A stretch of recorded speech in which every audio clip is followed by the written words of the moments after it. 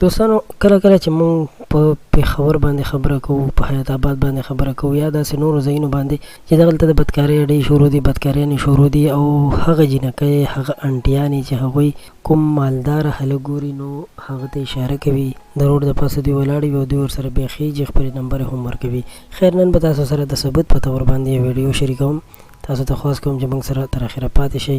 ډېر کسان بیا د ویډیو نه پس موږ ته دا وایي چې تاسو ولې پېښور یادوئ یا په پېښور باندې خبره مه کوئ. نو قدرمنو، تاسو ته معلومه ده چې پېښور زموږ زړه دی، موږ خپله په پېښور کې اوسېږو، زموږ په دې خلکو، په دې پښتون وطن باندې، په دې پېښور باندې زړه خوږېږي چې داسې یو بېهوده حالت پکې شروع وي. څو ورځې وړاندې موږ یو ویډیو کتله چې په دغه ویډیو کې لیدل کېږي چې 15-16 ښځې ولاړې دي چې په هغې کې جینکۍ هم دي او یو دوه پکې پوخ عمر ښځې هم دي چې دغه پوخ عمر ښځې د دې ګاګ پیدا کوي او د هغوی اکسپیرینس وي. کوم ښه خاندان، مالداره خاندان والا هلکان چې وي هغوی د لاس ورکوي، یعنې د هغوی ګاډې ودروي، دوی ورسره بیا خبرې کوي او بیا یې چې کومه جینۍ خوښه شي نو ځان سره یې بوځي.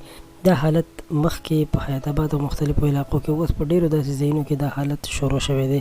اگر که دې باره کې پولیس هم ډېر ایکشن واخیستل، ډېر کسان یې نیولي هم دي، په دې باره کې انټرویوانې هم راغلي وي، خو بیا هم خلکو دا کارونه شروع کړي دي او د دې کارونو مخنیوی نن سبا ډېر زیات ګران شوی دی. نو هر یو کس ته وایم چې د داسې خلکو په لیدلو سره پولیس ته رپورټ ورکوئ، پولیس خبروئ، ځکه چې د پېښور پولیس یو ډېر ښه اداره ده، یو ډېر مضبوطه اداره ده او انشاءالله چې د دې جراثیمو نه به دا معاشره، دا علاقه صفا کوي، پاکوي به یې. نو قدرمنو، که تاسو هم د داسې څه واقعې شاهد یې نو موږ سره ضرور دغه واقعې شریکه کړئ. امید لرم چې تاسو به د دې خبر نه، د دې واقعې نه څه زده کړه کړې وي، تاسو په ذهن کې لو شوی وي چې نن سبا کوم حالت شروع دي. نو ضرور د ویډیو لایک کړئ، زموږ چینل هم سبسکرایب کړئ.